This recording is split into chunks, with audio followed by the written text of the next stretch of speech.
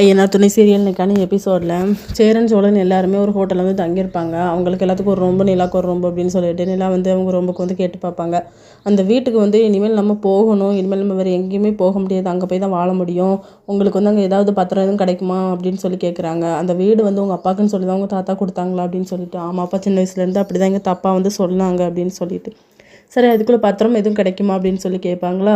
அதெல்லாம் எதுவும் தெரியலப்பா, சரி இப்போதைக்கு நம்ம ரெஸ்ட் எடுக்கலாம், காலையில் பேசி முடிவு பண்ணலாம் அப்படின்னு சொல்லி. அப்போ கரெக்டாக வந்து பாண்டியனுக்கு வந்து அவங்க லவ்வர் கால் பண்ணுவாங்க.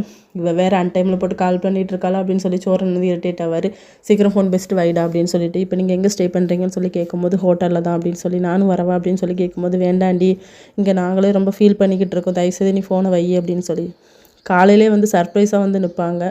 என்ன நீ இப்போ வந்து நிற்கிற அப்படின்னு சொல்லும்போது, ஏன் நான் வரக்கூடாதா அப்படின்னு சொல்லிட்டு அந்த பொண்ணு வந்து பேசிக்கிட்டு இருப்பாங்க.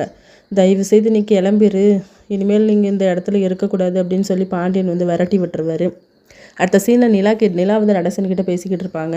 உங்களுக்கு உயில் எதுவும் இருக்குமா, ஏதாவது கிடைச்சா பாருங்கள், உங்கள் ரிலேஷன் வீட்டில் யார் வீட்லையா கிடைக்குமான்னு பாருங்கள், யோசிச்சு பாருங்கள், நீங்கள் உங்களால் மட்டும்தான் நம்ம இனிமேல் அந்த வீட்டுக்கு போக முடியும் அப்படின்னு சொல்லி பேசுவாங்க.